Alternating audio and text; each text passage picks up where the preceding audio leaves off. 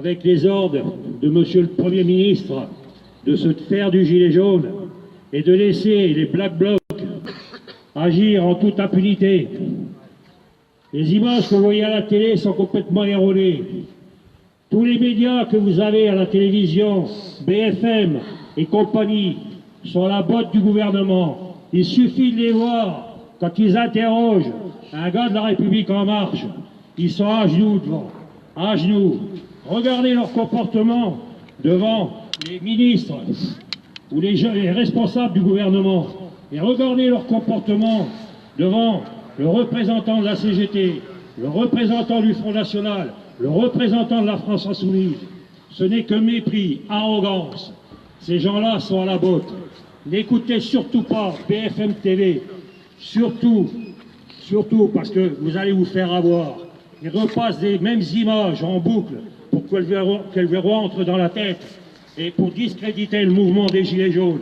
Et par la suite, tous les mouvements qui seront organisés, tous les mouvements, c'est le but du gouvernement. Mettez-vous bien ça dans le crâne. C'est un gouvernement totalitaire, hein, une honte ce gouvernement-là. Quand vous pensez que notre cher président de la République savait qu'il y allait y avoir un gros mouvement des Gilets jaunes, plus une marche pour le climat, et qu'est-ce qu'il fait cet abruti?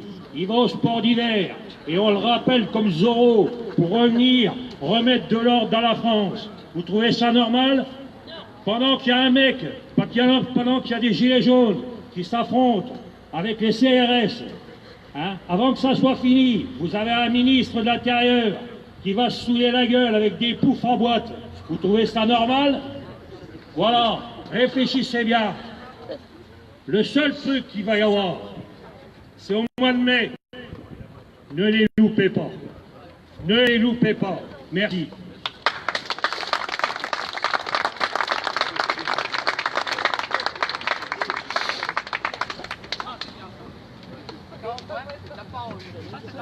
Avant de commencer, bravo, Amy. J'aimerais vous dire que la famille des Gilets jaunes a été une fois de plus ébranlée. Je vous demande d'avoir une pensée particulière pour l'un des nôtres que certains d'entre vous connaissent, que ce soit en ami, collègue ou familial.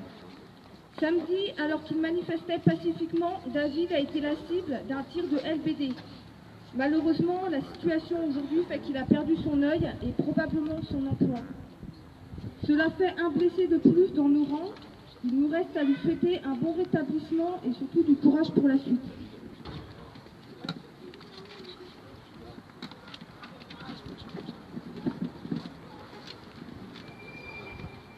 Depuis 4 mois que nous sommes mobilisés dans la rue, sur les ronds-points, nous continuons à faire face à un pouvoir exécutif qui reste sourd à nos revendications.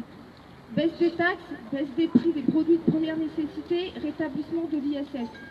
Augmentation des salaires, baisse de la CSG sur les retraites, intégration du RIC. A contrario, les taxes augmentent, le carburant augmente et le pouvoir d'achat est au plus bas.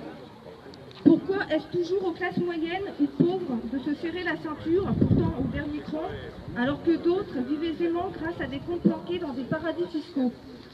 Cela n'est en rien de la jalousie, mais une réalité qui apporte la preuve que nous ne sommes pas tous égaux devant la loi.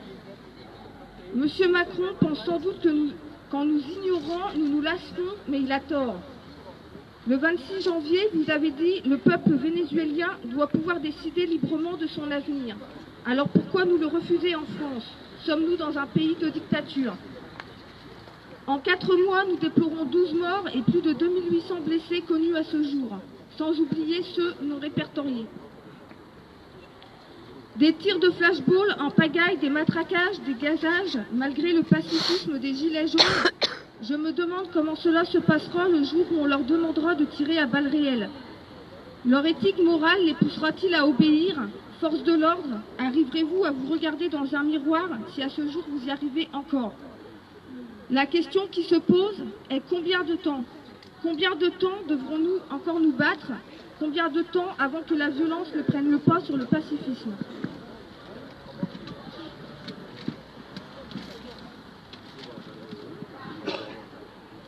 Notre détermination et notre motivation grandit de jour en jour. Nous ne lâcherons rien pour nous, pour les générations futures, pour nos blessés et pour nos morts. Un jour, notre gouvernement devra répondre de ses actes. Les gueux, les réfractaires, ceux qui ne sont rien, sont bel et bien là et le resteront jusqu'au bout. Merci.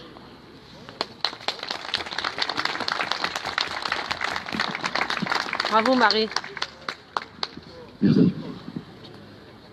Je vous propose qu'on se rende en cortège comme on l'avait décidé, à savoir, on va reprendre la rue nationale en la remontant. Au faubourg de Belfort, près de l'hôtel de la Pomme d'Or, on prendra à gauche. On reprend le boulevard jusqu'aux impôts.